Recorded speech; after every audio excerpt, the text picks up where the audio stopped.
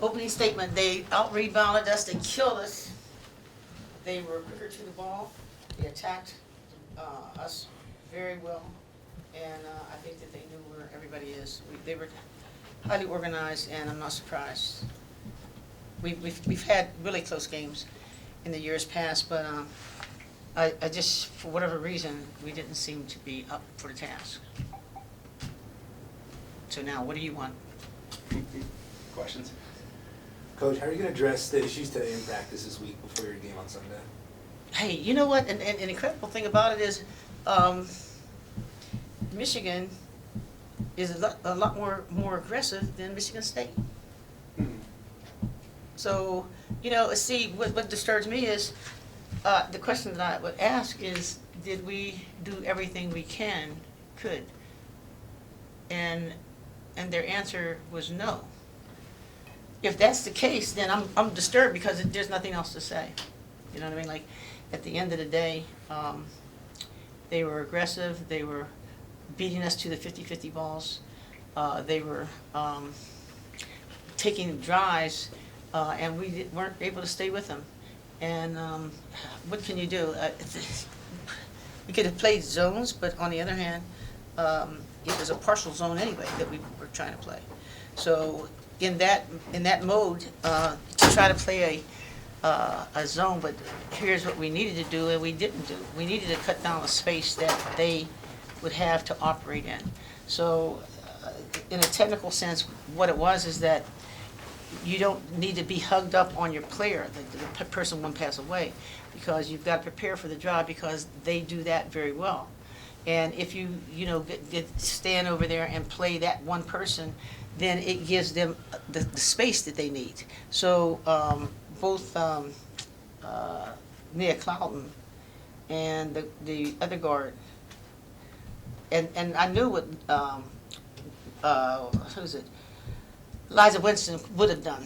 She didn't get a chance to do it, but they're all quality guards.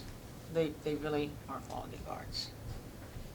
I know it probably gets lost in defeat, but Arella, just how impressive was she season high tonight? I'm sorry, what did you say? Arella, just how impressive was she tonight, and just in general, just her season to date, just how impressive has she been?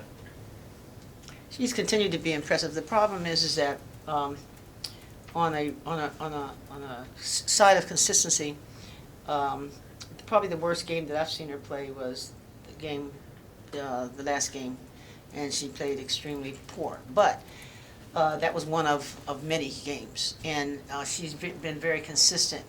But the problem is that, for example, Jordan, I don't know what it was. She seemed to be anxious, balls hitting her in the face, and she's losing control of it. But she is capable of doing far better than that.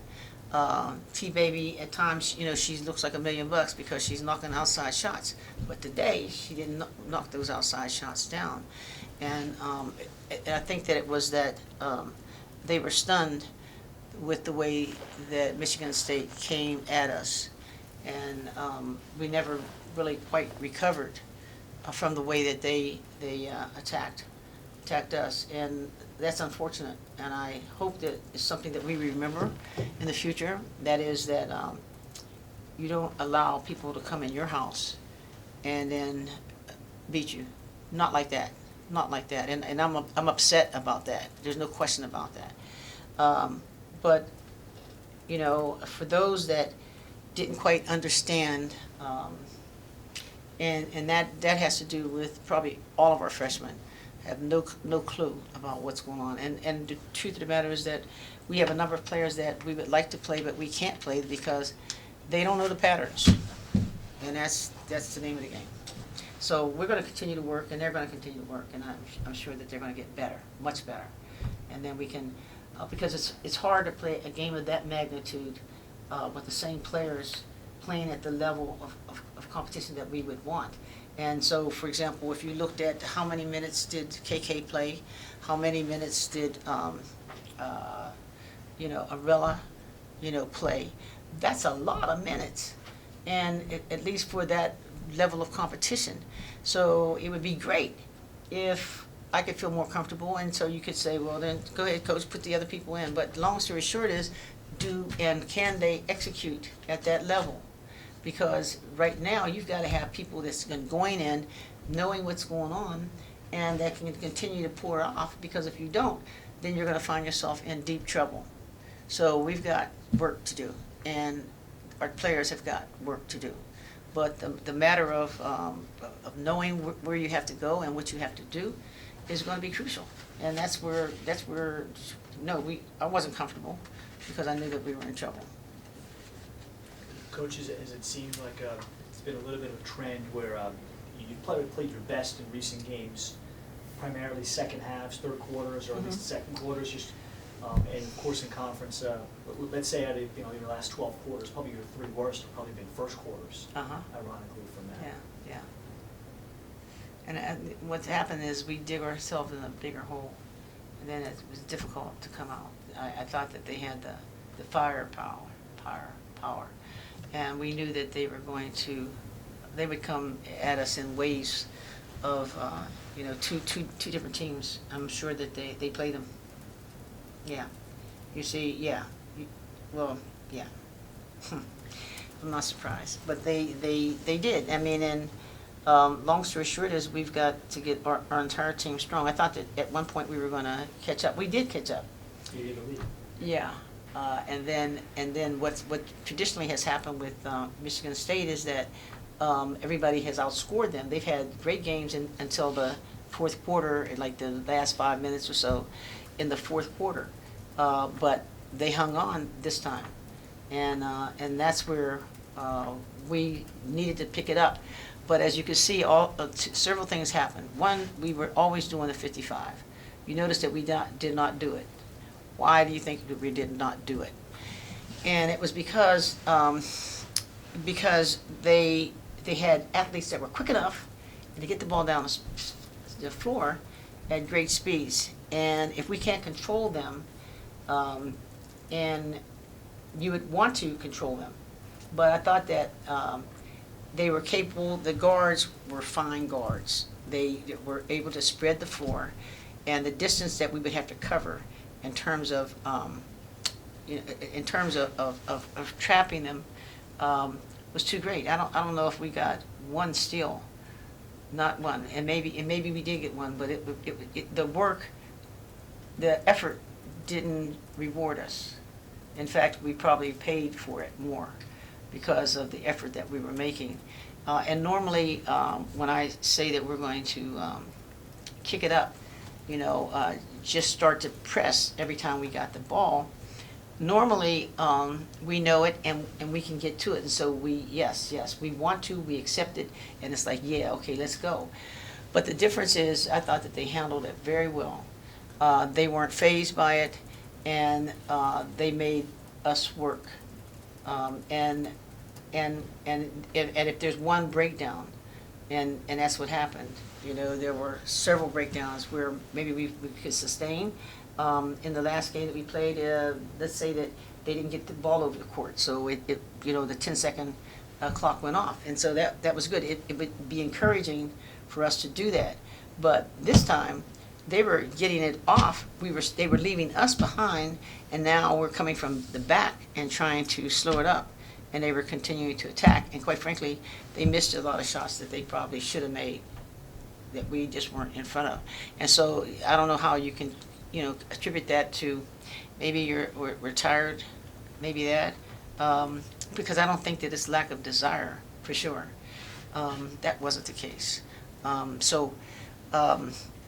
What is it? Because we've got a monster coming up for Michigan. It's bad enough that it's Michigan State today. Now we got Michigan. So it's an opportunity to hopefully prove ourselves. Brandon? Coach, Brandon Scoopy Robinson from Basketball Society. Unrelated to this game, the WNBA made history last week. You're related to who? Unrelated to unrelated to tonight's game. Okay. The WNBA made history with their new ruling on the collective bargaining agreement. What was your reaction when you heard kind of the new things that were implemented, particularly with paternity leave and even equal pay for women? How do you feel about it? It's about time. And I've felt that way about this for a long time. The young ladies have spent so much, and I've had an opportunity to coach the women at the elite levels, and you know, certainly with having they played. I had an opportunity to coach them when they were playing for the Olympic team, and they work extremely hard. Certainly deserve it. I would think that some of this has to do with the women's soccer. You know, like let's get much more involved, and I think that. No doubt the women deserve it, but I would venture to say that they're going to spend much more money on advertisement, on public relations, and doing the whole thing, so that and it's got to be nothing but a boost, you know, for women athletes. And I'm hoping that that we will appreciate it, because there have been so many outstanding athletes that have deserved this for such a long time.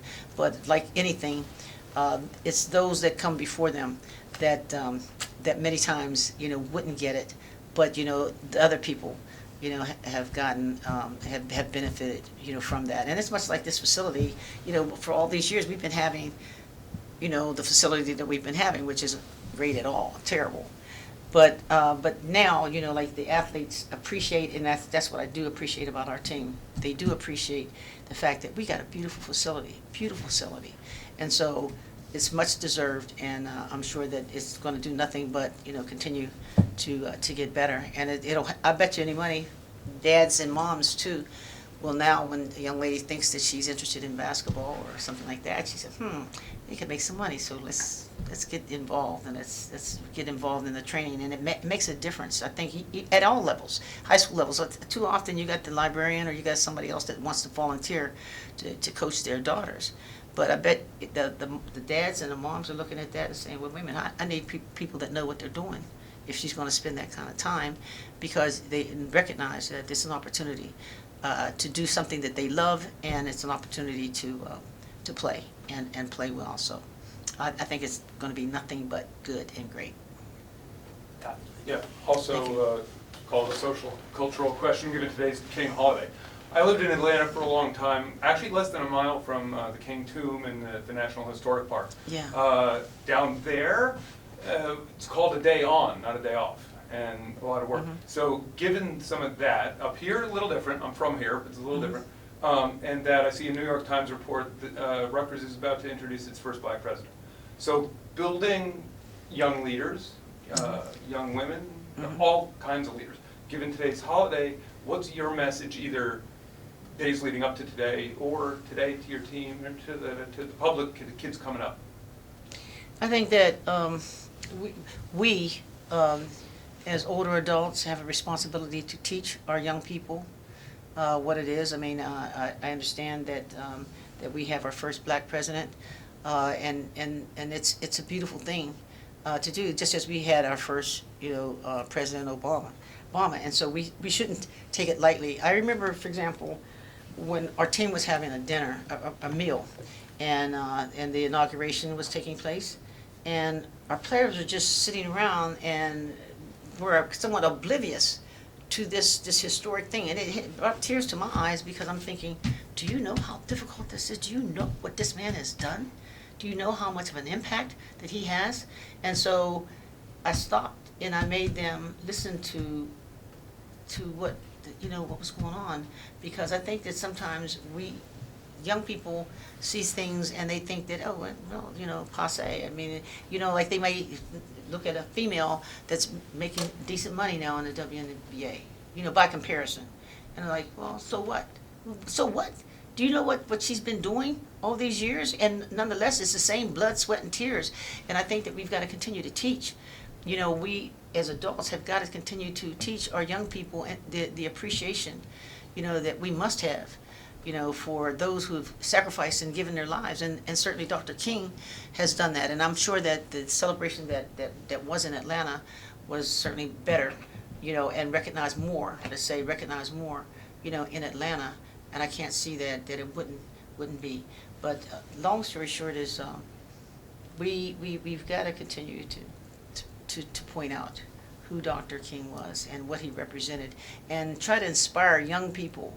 Like, we have a couple players on our team that I think that want to go into politics, and so I want to inspire them, because my position here is want to inspire young women to be leaders.